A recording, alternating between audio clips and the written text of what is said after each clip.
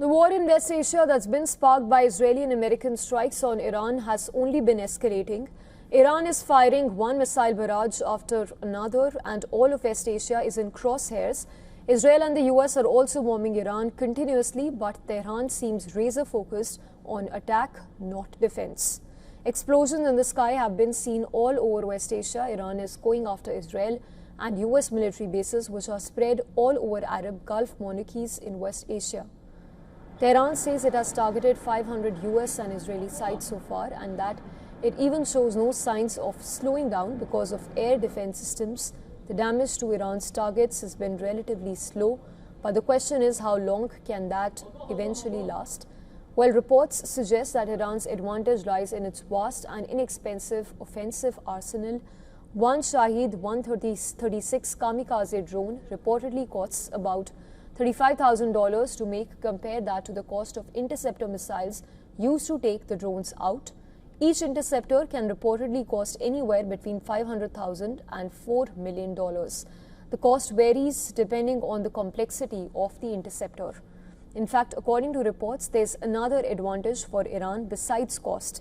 Well, not only does it already have a massive arsenal of drones and missiles, it can also produce more of them faster. Under wartime conditions, Iran is reportedly capable of mass production of Shahed drones at a rate of 200 to 500 per month.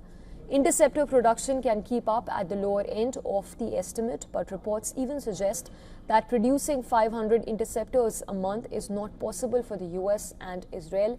And even if they somehow manage, it definitely won't be cheap.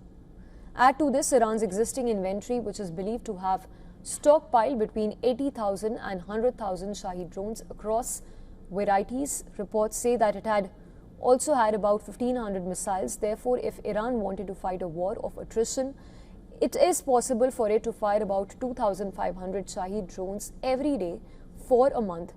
And after that, it could even keep churning out hundreds more. Experts say that the US-Israel may not be able to replenish their interceptors fast enough to keep defending against sustained Iranian salvos. According to reports, in the event of long drawn-out war, Iran would eventually be able to exhaust US and Israeli air defenses, leading to more successful hits over time. Having launched the first strikes, Israel and the US may be willing to accept the risks of continuous Iranian bombardments. But how long will America's Gulf allies be willing to keep taking hits is still a question.